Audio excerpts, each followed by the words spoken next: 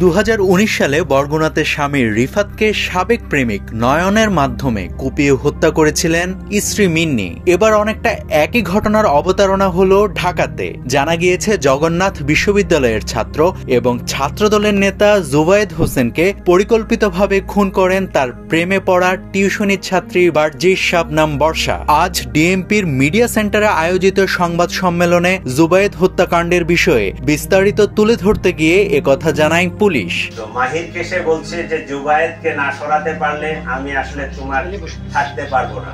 এই কথা থেকেই তারা জুবায়েদকে সরাই দেওয়ার পরিকল্পনা করে।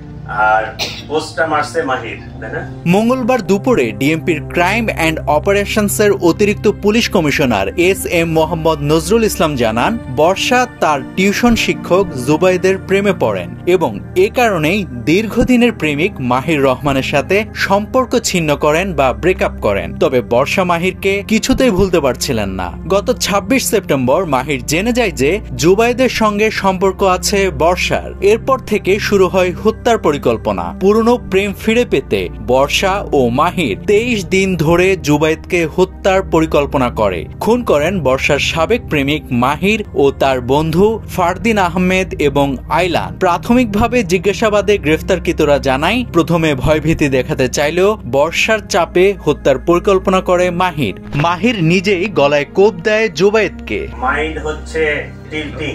যখন মাহিরের কাছে যায় তখন মাহিরের, যখন জুবায়েদের কাছে যায় তখন জুবায়েদের। তো মাহির কেসে বলছে যে জুবায়েদকে না সরাতে পারলে আমি আসলে তোমার থাকতে পারবো না। মোটামুটি মিন্নির ঘটনার সাথে মোটামুটি সিমিলার। রোববার বিকেলে বর্ষার বাসায় টিউশনে যাওয়ার পথে জুবায়েদের সঙ্গে দেখা হয় মাহিরের। এ সময় দুজনের মধ্যে কথা কাটাকাটি হয়। কিছুক্ষণ পরে জুবায়েদ ছুরিকাঘাতে নিহত হন। পুলিশের অতিরিক্ত কমিশনার নজরুল আরও জানান, এই হত্যাকাণ্ডে রাজনৈতিক কোনো সম্পৃক্ততা নেই। ত্রিভুজ প্রেমের কারণে এই হত্যাকাণ্ড হয়েছে। বরগুনার মিন্নির ঘটনার সঙ্গে এই ঘটনার হুবহু মিল আছে।